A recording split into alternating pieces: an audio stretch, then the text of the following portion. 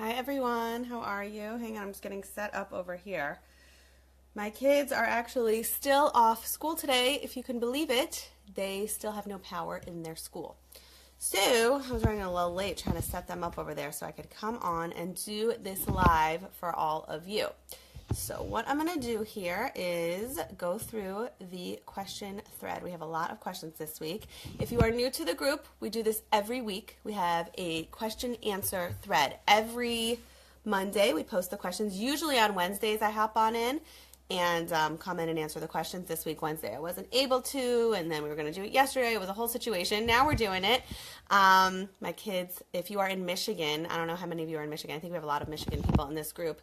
There's been insane winds and tons of power outages. So my kids are home. They were home yesterday. They're home today. They have no power in their school. So good times. That's why I was running a little late. All right, so I'm just going to get started and go through all of your questions here. If you are watching live, definitely post your question below. Otherwise, the replay will be available. And if you're watching the replay, you can ask your questions below also, and we will try to get to them. All right, so this week's question thread of asking your questions about setting up a solid sleep routine. That's what we're going to run down and go through. I don't know if I'm going to be able to go through all the questions like I normally do, just because I don't have tons of time because my kids are waiting for me in the other room. But I told you all I would be here. I thought they'd have school today, which they don't. So I'm going to start with Laura's question. Laura, I have a 9-month-old son, our third, who is the most challenging case yet. He's up between 6 and 7 for the day, naps at 10 and 2:30 and 3 for usually an hour or 90 minutes each. Bedtime's around 7. He goes down drowsy, and we have no issues at bedtime. Okay, he usually wakes up around 3 or 4 nurses and will go back down. We've tried gentle methods, Ferber, and total extinction without any luck over the last 3 months. Nothing with weeks of consistency seems to work. If he wakes up before 3, all bets are off for decent sleep. I'd also like to eliminate the middle of the night feed. I would welcome your suggestions. Okay, so Laura, this is more of a question about night wake-ups. But you know what? I didn't really specify what sleep routine means. So we're going to answer all the questions that come here because that's kind of like an all-encompassing question. And I wanted to have kind of a more open thread here that I can answer some of your questions. Sorry, it's dark in here. I'm hiding in here so we could get stuff done. So number one, Laura, if you have tried leaving your baby to cry and it hasn't worked, you said you've tried that extinction method, you've tried gentler methods, clearly what you're doing isn't working. If you've been watching a lot of my videos here, Laura, I talk a lot about the importance of setting up the tone properly for your baby's sleep and doing what his body naturally wants to do. What do I mean by that? It's great that he takes 2 naps at 10 and then the next one at 2 or 3 and that you have that set up. Sorry, my hair is bothering me. And you have that set up. But on the same token, you want to make sure you're doing working with his body's natural rhythms and that he is sleeping at the times his body needs to be sleeping, because any sleep training method you enlist or anything you try to do, if you're not working with his natural rhythms, he's going to fight it, especially if he's a more sensitive guy, which it sounds like he is from everything you're describing. Okay, so that's number one. Make sure he is sleeping at the times his body needs to be sleeping. And what I'm actually going to do for you all is in the comments of this, or not the comments, probably in the description when I'm done, I'm going to post something I use for my clients called an activity log that you basically fill in for a few days and log your baby's habits. And you've heard me talking about this a lot, logging your baby's habits, logging things to be on top of things, seeing how much sleep your little guy or girl's getting to make sure it's set up properly. So I'm going to give you that. I want you all to use that because I think it's going to help you a lot with setting the tone to make sure you have that solid foundation set up. Because like I said, if you don't have the foundation set, then anything you do is not going to work, okay? So that's number one, Laura. Number two, sounds like you want to get up, get rid of those 3 or 4 nursings. Oh, he gets up at 3 or 4 a.m. to get him back to sleep. So if you watch the video that we did, I don't remember how many weeks ago it was, on night wake-ups and, getting rid of nighttime bottles, we talked a lot about habit and hunger being very directly correlated. Just because a baby's body doesn't necessarily need to eat, his body has trained himself to eat. So it's almost irrelevant if he's really hungry or he just thinks he's hungry. Sorry, guys, this is totally bothering me. I can't even see. It's almost irrelevant if he's really, really hungry or just thinks he's hungry, because his body has trained itself to be hungry. So you can't just go cold turkey and try to use an extinction method or try to use something to get him to sleep through that time, because his body's actually avidly hungry. So what I recommend doing is going through, watching that night wake-ups for bottles or nursing, Laura, and then we talk a lot about slowly lengthening the time, slowly adjusting his body to lasting longer stretches, because if you do it cold turkey, A, if he's sensitive, and B, if he's actually really hungry, you're not going to get anywhere. Okay, so that's my second piece of advice. Third piece of advice is you have to find a method that works. You can do extinction, you can do cry it out, you can do Ferber, you can do checking, you can do gentle, you can do touching, you can do this. But at the end of the day, if you're not using a method that is going to work for him and his personality and that you're going to stick with, you're not going to be successful with anything. There's a lot of things out there. If you want to set up a call with me, you can email me. I'll put that up here below. I'm happy to run you through my system and what I do and how it works. But you have to find something that works, because there is no blanket statement that every single method will work for every child, or every 9-month-old needs to be sleeping like X, Y, and Z. You have to set it up properly that, like I said, you're working with his rhythms, A. B, you're making sure he's not really hungry and he's able to kind of slide through the transitions that you're doing. And C, you're using an actual method that you're going to stick with, you're comfortable with, and that you know he's going to respond well to. If you've been doing something for months on end, likelihood is if you try it again, it's not going to work. So you can go through, I use a specific method I created called the gentle phase out method, where you kind of slowly, incrementally phase yourself out of the picture. You can go through the other videos to watch more about that. But you have to find something that works. Okay, Yael. The real reason I wanted to join this group, my 4 kids are all sleep trained with minor hiccups, is because I want to be ready for my next baby. I'm not pregnant now, but whenever I have a baby, I flip out because I become obsessed with scheduling and the baby's sleep to the exclusion of other things, and I go crazy when the baby doesn't cooperate, so you become obsessive compulsive about baby sleep.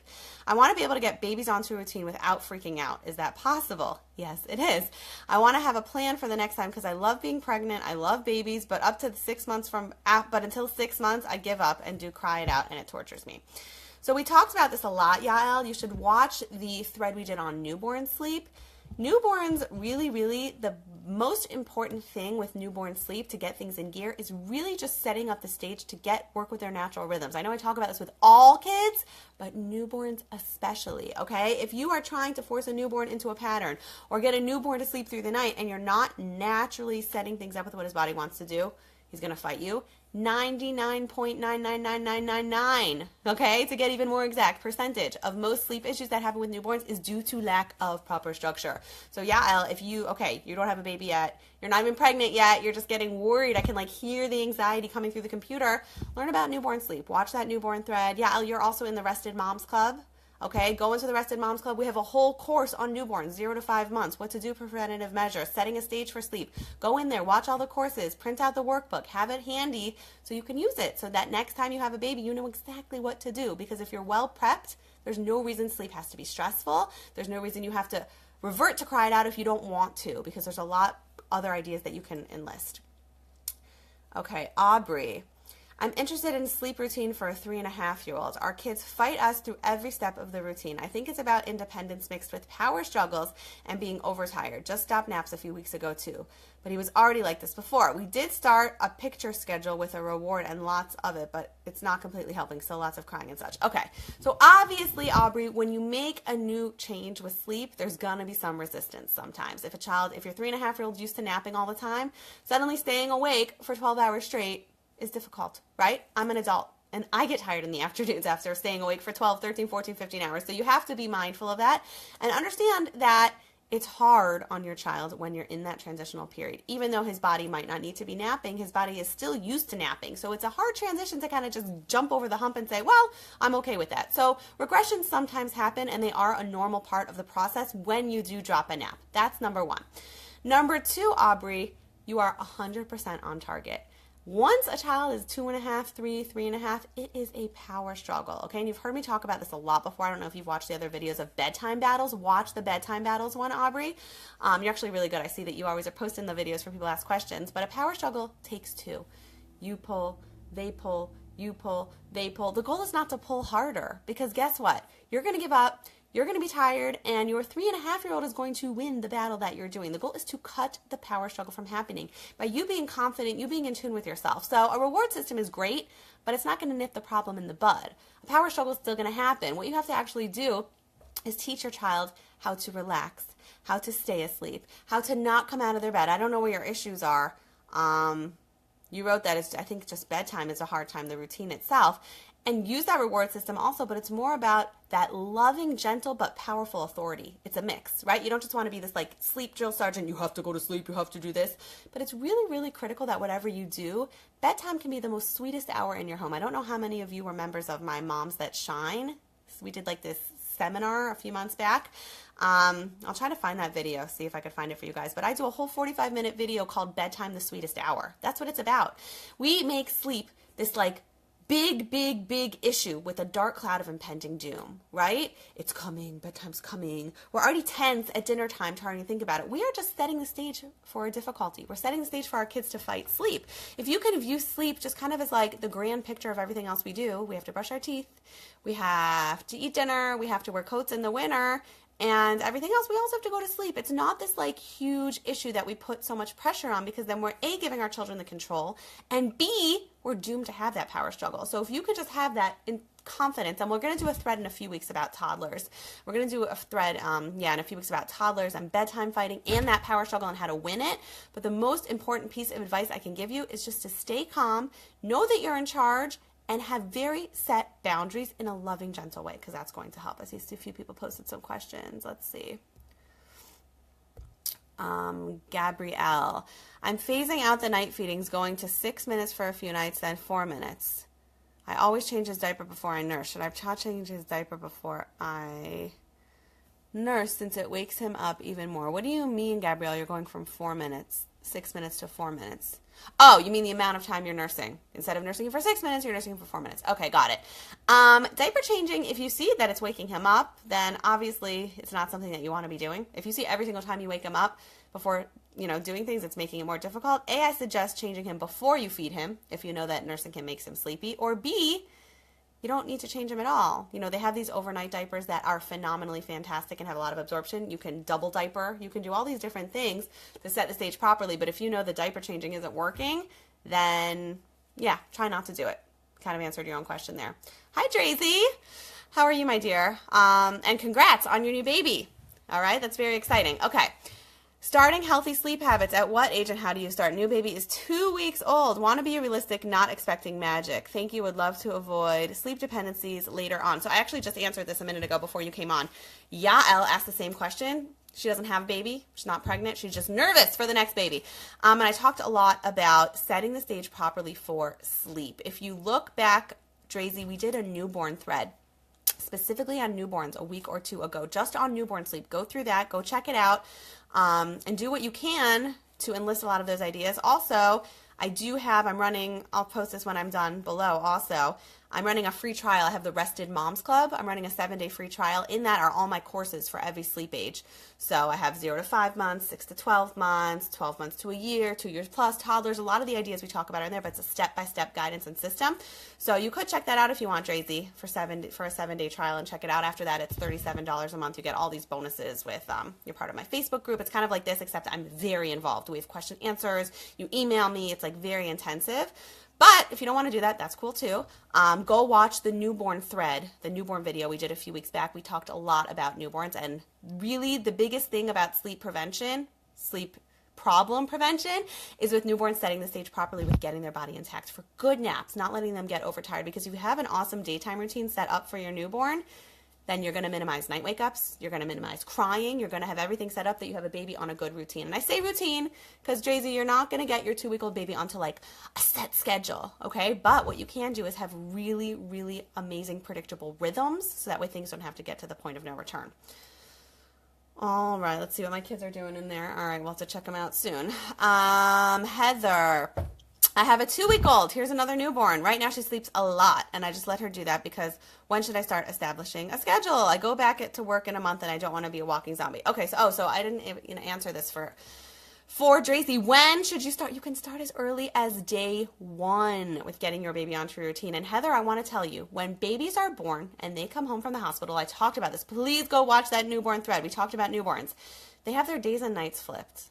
Okay, in utero, they're rocked to sleep constantly by your motion and everything. And suddenly, when you're sleeping, they wake up. So when they come out of the womb and they're born, they still have that days and nights flip. So it's very normal for newborns to want to sleep all day and then be up all night. You have to actively take the reins and start waking your baby up during the day It is a myth that you should never wake up a sleeping baby, okay? I know it goes against all your maternal instincts because you think that, oh my goodness, I should never wake up my baby when they're sleeping, especially a newborn. But you know what? You have to actively take the reins to get a routine set up if you want to see that happen.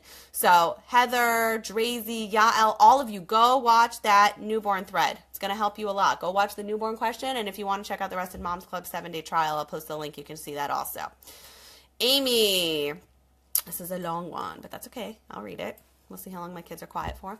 I have a 6-month-old daughter who hates to sleep in general, and I'm watching your videos to try to figure out some things out. But my question is, how do I stick to a solid routine when my husband and I don't have solid routines ourselves?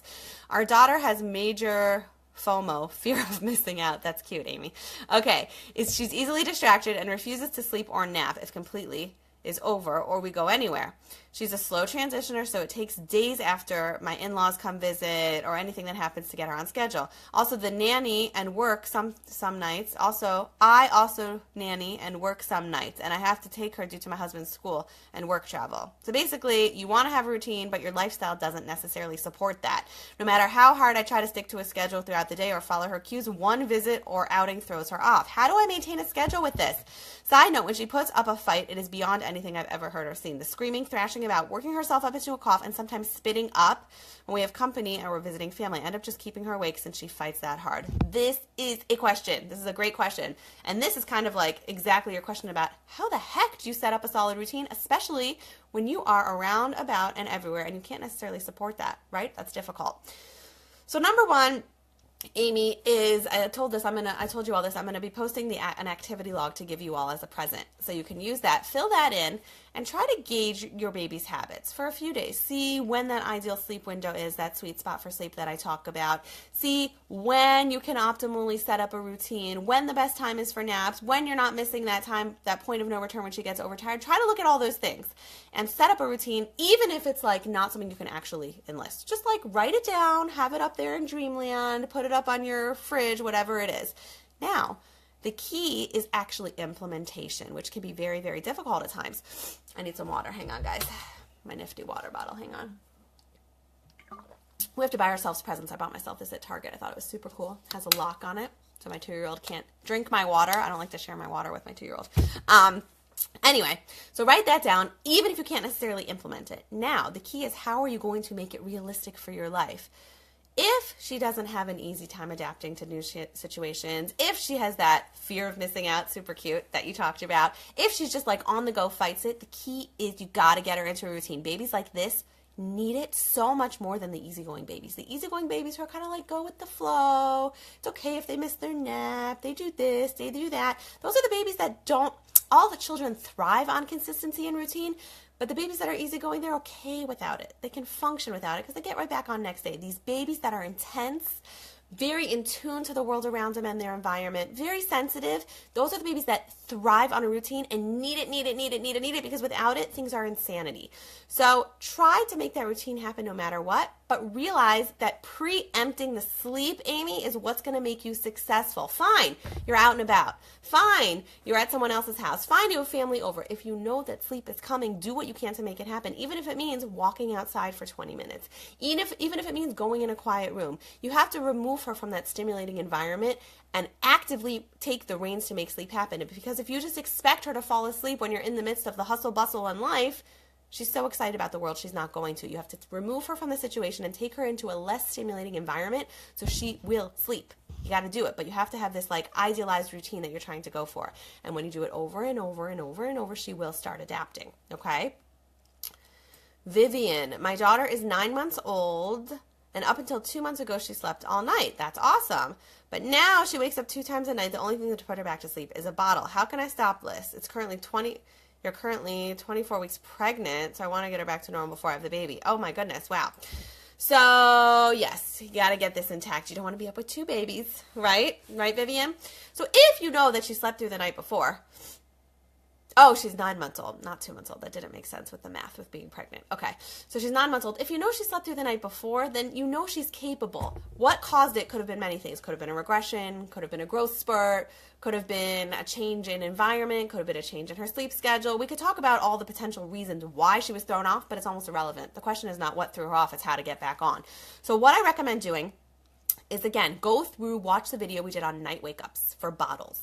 And her body's basically trained herself to be hungry again. So start picking times that you feel comfortable with. If she wakes up twice, let's say 11 and 4 to have her bottles, start spacing out the bottles so her body can get used to lasting longer stretches. Instead of 11 and 4, feed her at, 11:30 and 4:30, or midnight and 5, and also minimize the bottle amount each time. If she's having 6 ounces at the bottles, bump it down to 5 ounces, and then bump it down to 4.5 ounces, and then to 5. So you're accomplishing 2 things. You're spacing out the time between the bottles, but you're also minimizing the amount. So after doing that for about a week and a half, 2 weeks, you should be able to phase out for sure 1 bottle, and hopefully the next one too, by doing it gradually. Okay? Abigail. My son is 9 months. After taking him to the doctor for a routine checkup, she thinks he's hypoglycemic and has sleep apnea. Okay, she wants to do I'm hypoglycemic, so I know what that is. Hypoglycemic basically means you have blood sugar issues. Okay, it's nothing major, by the way. I've been fine my whole life with it. It just means I have to make sure that I eat frequently so that way my blood sugar stays high. Okay, so she thinks hypoglycemic and has sleep apnea. She wants to do a sleep study on him. I have 2 other children that'll need to have someone come stay the night at my house to watch them. What will the sleep study be like? Will he be hooked up to monitors and cords? That wouldn't be fun. He'd never fall asleep if he had so many play toys. What do they do for a baby if they have sleep apnea? She had me give high proteins all week in hopes to keep his blood sugar up so it wouldn't drop at night. That didn't do anything. What can I do to keep his sugar level up without giving sugar? Blood sugar is not sugar directly. It's just the sugar in your blood that gives you energy. Protein, carbohydrates, things like that are what's going to keep his blood sugar up. Not sugar, specifically blood sugar doesn't mean actual sugar like we view it, like putting sugar in a cup of coffee or something. Which I need now, by the way, especially with my kids home. Anyway, she also had me give chamomile tea at his first wake up. That didn't help. So you're kind of asking, like, do you need a sleep study? I'm not a doctor. I'm not going to tell you not to do it. I'm not going to tell you to do it. If you do a sleep study, it's not traumatizing or traumatic. It's just intense. Yeah, they hook him up to a few things. They don't poke needles in him or anything, but they want to gauge his breathing. Because if they are concerned he has sleep apnea, you do need to check that out, Abigail. Sleep apnea means he's basically stopping breathing, which could potentially wake him up. So if your doctor's concerned he has sleep apnea, pediatricians don't usually rush to say a baby has sleep apnea. They'll usually tell them there's just a sleep issue, sleep train. So, you definitely should do it if that's what your doctor recommends. If you trust your doctor, don't be nervous about it. It's not a big deal. But once you know the sleep apnea exists or doesn't exist, then you can actually solve your problem, right? You can't fix a problem if you don't know what the root of the problem is. So if your baby has sleep apnea, then you'll be able to do certain things to help him breathe. If your baby has hypoglycemia, you'll be able to offer more proteins, offer more, nutritious food, things like that during the day to keep his blood sugar and blood levels healthy throughout the night so he doesn't wake up. But if they're not an issue, then you have sleep dependency issues, and you just have to take it more lightly and more sensitively to make sure you can keep his physical needs met while at the same time making sure that you're not pushing too quickly. But yeah, what can you expect? It's not traumatic. It's nothing major. You're going to have to be there with your other kids. Someone's going to have to monitor him. He probably won't sleep as well, but they're not monitoring the quantity of his sleep as much during a sleep study. They're measuring the quality. So the purpose of the sleep study is to check his breathing. So while he is sleeping, they will be checking his breathing, or not that machine that they're using, and it will be gauging how much oxygen he's getting, if there's any points or lows where he's not able to breathe as much. So don't be nervous about it. Do it. Let us know how it goes. We're all here to support you, and hopefully he won't have sleep apnea, and then you can just move forward from there. Okay, Amanda. My son is 6 months old and goes to daycare 5 days a week. How do I establish a nap schedule while in daycare that works with bedtime?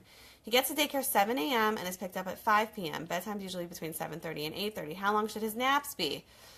That is such a hard question for me to answer because, Amanda, I do not know what's going on with him, right? I have to see the ins, the outs, how much sleep he's getting, how to distribute it. I'll give you a general rule, okay? Most 6-month-olds need usually still 3 naps a day, okay? Usually a 6-month-old can't stay awake for much longer than 2, maybe 2.5 hours between wake spells, between naps.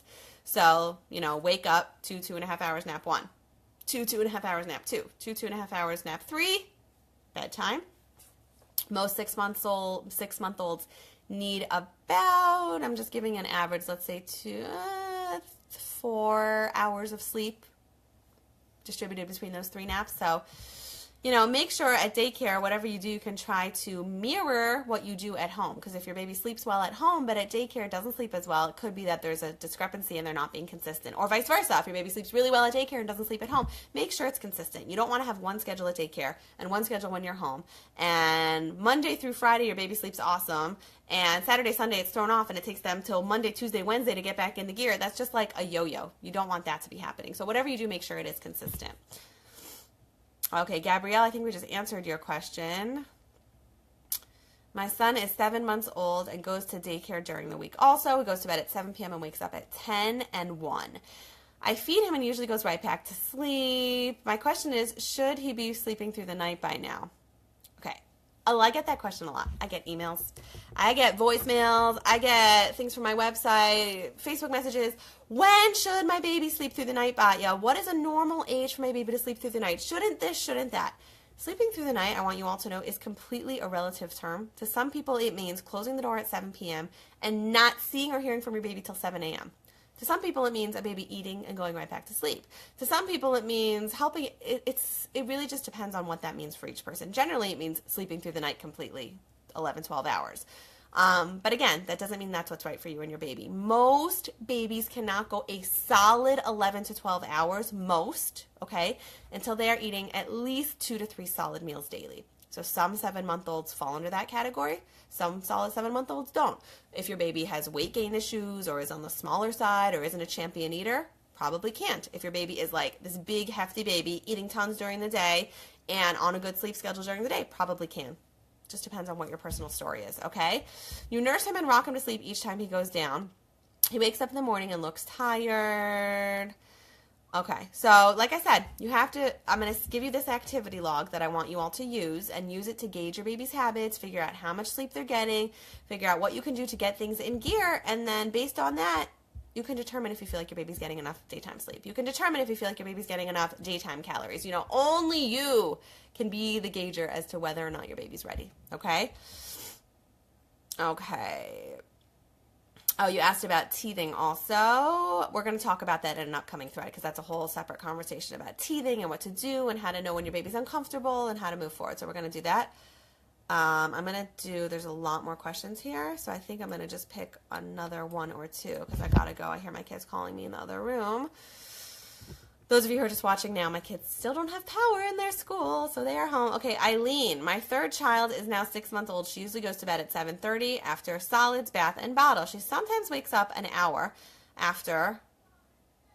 However, after my stream last week, I answered your question and said she was overtired. She wakes up every 3 hours to eat 4 ounces of milk. How do I get her to sleep longer without the bottle? So Eileen, I want to answer everyone's questions here. Go and watch the video that we did on night wake-ups with bottles and night nursings. You got to teach her body to last longer stretches throughout the night. And this is why I usually like to have a theme, because you'll see that I can do this. This one's more general, sleep routines. Some people have asked questions about how to balance life. Some people ask questions about daytime naps. Some of you ask questions about nights. This was kind of like a more general one. I'll do these sometimes, but the reason I like to have the themed ones is because I'm able to help you so much better, because I can say, go watch the video on the night wake-ups for bottles, and we can talk specifically in a lot of depth and detail what's going on with that. So go watch that. That will help you. You want to teach your baby's body to not be hungry, basically, because your baby's body has acclimated to real avid hunger. You want to teach your baby's body how to space that out more, okay? Hannah, I have a really solid sleep routine for naps and bed. My problem is that my 17-month-old who goes down great is going through a separation anxiety phase and has awful hysterical crying episodes at nap time. She throws out her water cup and teddy and refuses to calm down. It results in her not napping, and then she's cranky. What can I do to help her start napping again? Does my routine need adjustments? It could be though, Hannah, that your baby really is suffering from anxiety. Separation anxiety, she doesn't need therapy for it, but she could be, is there anything happening in your life that makes you think things are changing? Did she go to a new daycare? Are you spending a little bit less time with her? Are there any triggers that you feel like could be negatively affecting her sleep? That's the first question to ask. Once you decide that, it's very possible she might have a difficult time transitioning from scenario 1, life, excitement, coloring, music, dancing, hanging out, to sleep. Some babies just need a little bit more ample time to go from point A to point B.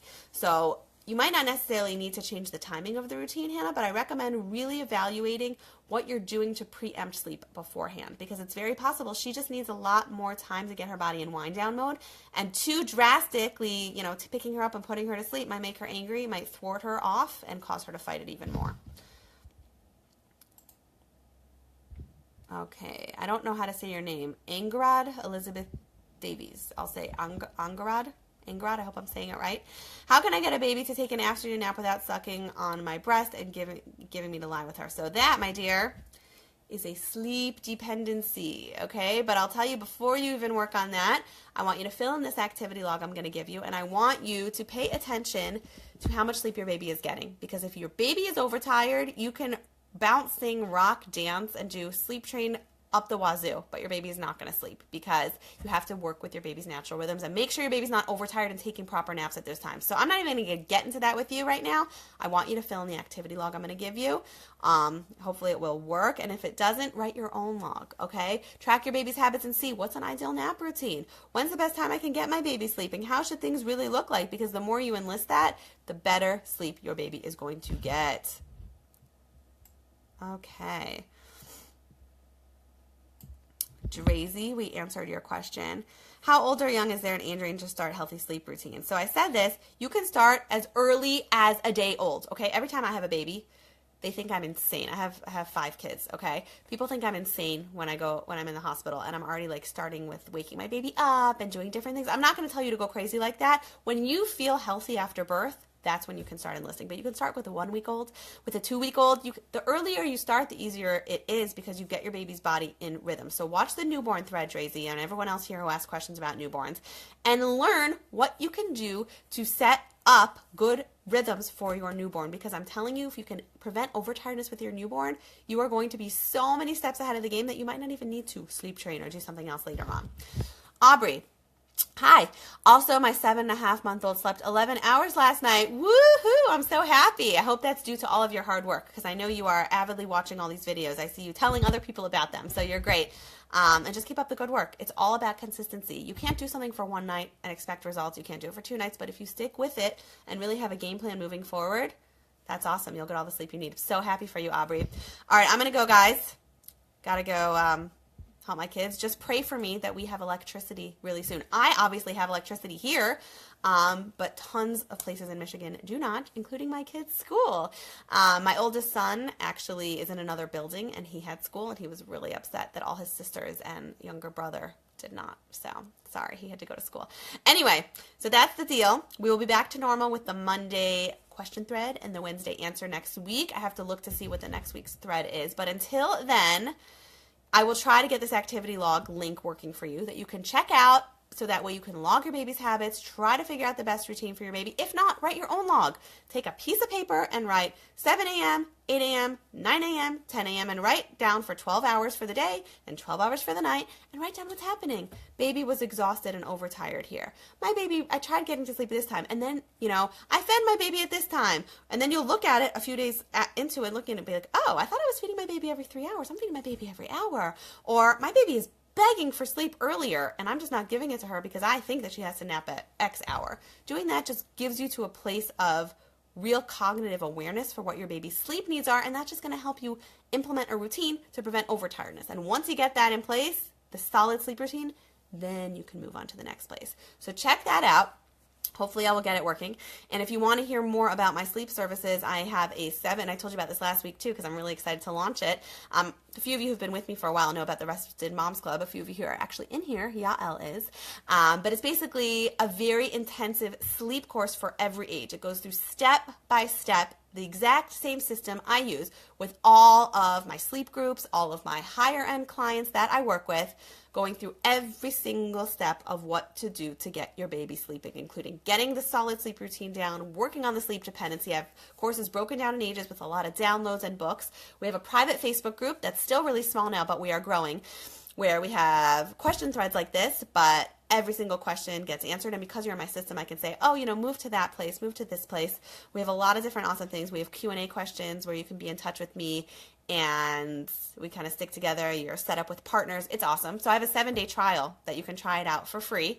And there's no commitment. If you don't like it within those 7 days, you can leave. I'll post the link here for Rested Moms Club to check out the 7-day trial to get you sleeping. I have guest experts in there also, which are just amazing, like life coaches and this awesome girl, my friend Avital, who talks a lot about parenting and being in tune with yourself as a mother so you can give your best to your children. Because what is being a rested mom? What is ultimate sleep here? It's all about a full picture of happiness, right? All of you are here in this group because you want sleep, but sleep is just a catalyst to your life, to be a good mother, to be a good wife, to be a good partner, to be a good girlfriend, or to just be a good mom, or to be a good daughter, or to be a good worker.